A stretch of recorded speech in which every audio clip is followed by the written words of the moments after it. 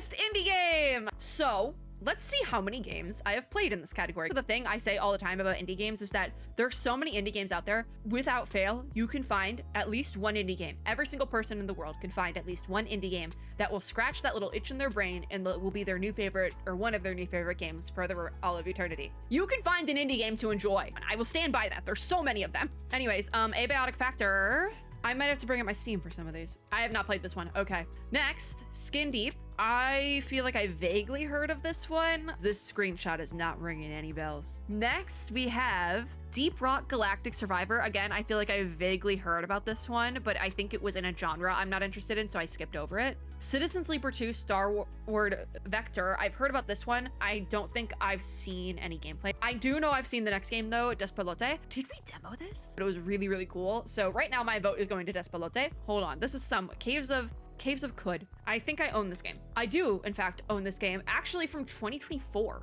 I do want to play this. They might get my vote just because I have it and I have not played it yet, so I feel kind of bad about that. Baby Steps. This will probably win, or the next one that I see later on in the list. Baby Steps. I had very mixed opinions of it because the story, there's like a story element to the game and I absolutely kind of hate it. Like, I really don't like it. But the gameplay element itself, I was kind of obsessed with. I did hear that if you play through the whole game, skipping all the cutscenes, there's an unskippable, like, half-hour-long cutscene, allegedly, at the end, which I think is hilarious. Then we have Blueprints. This indie game, I don't know enough about because I did not get to play it, but I know it was pretty popular for a certain amount of time. It's been a minute though, so I feel like with recency bias, Baby Steps might be the winner. Herdling, we're gonna vote for Herdling, actually. I don't think it's gonna win because I haven't heard enough people talk about this game. I absolutely adored this game. The gameplay and mechanics itself is a little bit wonky, but it's such a darling little game. I love it so much. I think I actually rated it quite high. I love Herdling. More people need to play it, myself included.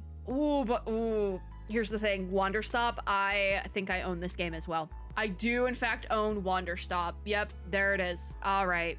I think my top three here, Herdling, Wanderstop, and Caves of Khud are honorable mentions, as well as Despelote.